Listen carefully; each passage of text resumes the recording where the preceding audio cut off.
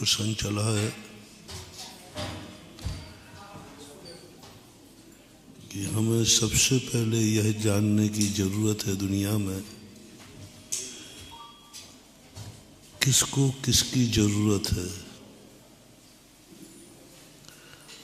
दुनिया को हमारी जरूरत है कि हमें दुनिया की जरूरत है।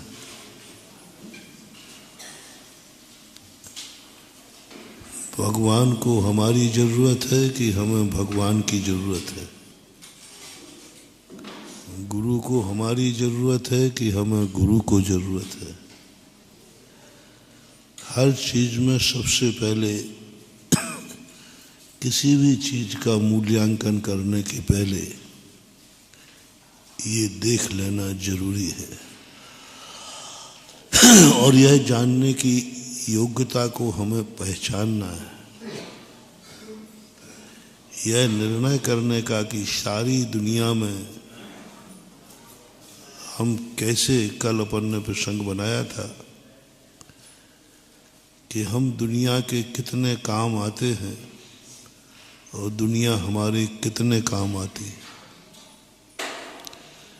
तो निर्णय ये हुआ हम दुनिया के 1% भी काम नहीं आते, लेकिन सारी दुनिया हमारे लिए 24 घंटे काम ही काम आती। हमारे बिना दुनिया का चल जाएगा, लेकिन दुनिया के बिना हमारा चलने वाला नहीं है। हमने घटाया था हमारे बिना वनस्पति का चल जाएगा, लेकिन वनस्पति के बिना, जंगलों में वनस्पति खड़ी है, वहाँ कौन से मनुष्य है? तुम कहो कि इन पेड़ों को पानी कौन देगा, खाद कौन देगा, कौन रखाएगा? तो पेड़ कहता है कि हम तुम्हारे भरोसे पे नहीं है,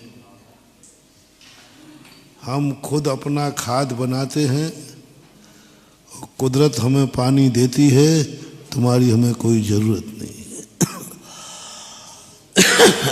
पेड़ स्वयं पत्ते झड़ते हैं, उनके जड़ के नीचे गिरते हैं, पानी बरसता है, सड़ते हैं, उन्हें स्वयं का भोजन स्वयं करते हैं। जितने ये पुण्यहीन लोग हैं, जीव हैं, इनको कुदरत ने एक बड़ा गॉड गिफ्ट दी है। ये स्वयं का भोजन स्वयं करते हैं, दूसरे का नहीं करते। पेड़ अपना भोजन स्वयं करता है, स्वयं ही पत्ते बनाएगा, झड़ाएगा, जड़ में सड़ेंगे, पानी गिरेगा, उनको खाद मिल जाएगा। हमारी कोई जरूरत नहीं उनको, लेकिन हमें उनकी जरूरत है। पानी को हमारी जरूरत नहीं है, हमें पानी की जरूरत है। हवाओं को हमारी जरूरत नहीं है, हमें हवाओं की जरूरत है। पृथ्वी को हमारी जरूरत नहीं है, हमें पृथ्वी की।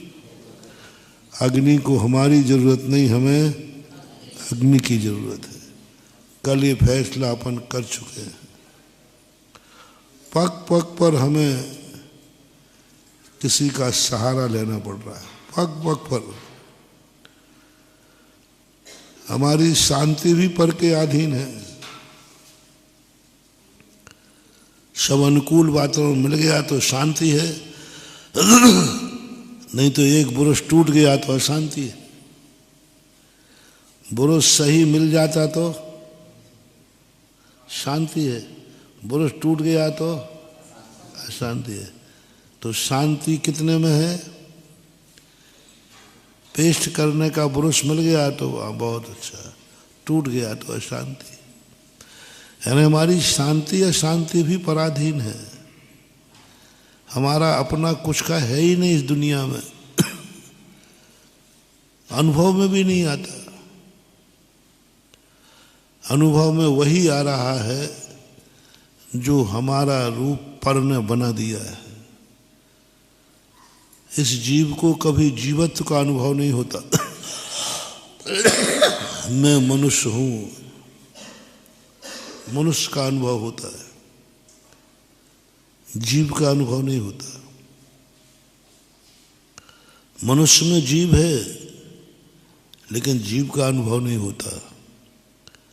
जैनाचार्य कहते हैं तुम्हारी जिंदगी बहुत खतरे में है, क्योंकि जो तुम अपने आप को मनुष्य मान रहे हो ये तुम नहीं हो, ये तो कर्म के अधीन है। जिस दिन कर्म तुम्हें त्रियंच बना देगा तो तुम अपने आप को क्या मानोगे? त्रियंच मानेंगे। शेर अपने आप को क्या मानता? शेर। बिल्ली अपने आप को क्या मानती? बिल्ली। ये तो कर्म की कठपुतली हो तुम।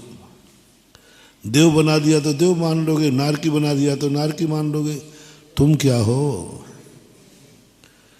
ये तो कर्म ने तुम्हें एक आकार दिया कुछ समय के लिए। हमारी वह पहचान बनाना है जो हमारी खुद की हो, वो अनुभव में आना चाहिए। बस इसी बात को लेकर पूज्यवर कुंद कुंद स्वामी ने समय सार ग्रंथराज की रचना की। तुम क्या अनुभव करते आए आज तक? सब पर की चीज का अनुभव कर रहा। मैं मनुष्य हूं, तू मनुष्य है ही नहीं। ये तो मनुष्य गति नाम कर्म के कारण तू मनुष्य मान रहा है, तू त्रियंश है ही नहीं। इसके अलावा हमें कभी हुआ नहीं। हम पुरुष हैं, ये स्त्री है। क्या है? पुरुष भी कर्म के अधीन है। कर्म ने तुम्हारा एक आकार बना दिया तो तुम कह रहे पुरुष है, इनका एक आकार बना दिया तो ये स्त्री है। ये किसके अधीन है?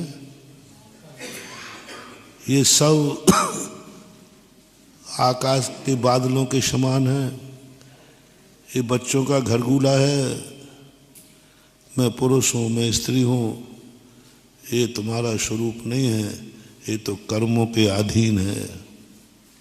पुद्गल का आकार है। इस शरीर के आकार को ही तो हम पुरुष मान रहे हैं, शरीर के आकार को ही तो हम स्त्री मान रहे हैं, शरीर के आकार को ही तो देख रहे हैं कि ये त्रियंश है, ये पशु है। ये आकार किसने बनाया? पुद्गल का है, कर्म का। और मुझे इससे ज्यादा कभी अनुभव हुआ नहीं। तुम कहोगे मैं पुरुष हूं, बस इतना ही कहोगे। पहले कहा था मैं मनुष्य हूं, फिर कहा मनुष्यों में कौन हो? तो पुरुष हूं। ये कह देंगे हम कहता है तुम्हारा रूप ही नहीं है, ये तुम्हारा स्वरूप ही नहीं। और यही हमें अनुभव में आ रहा है।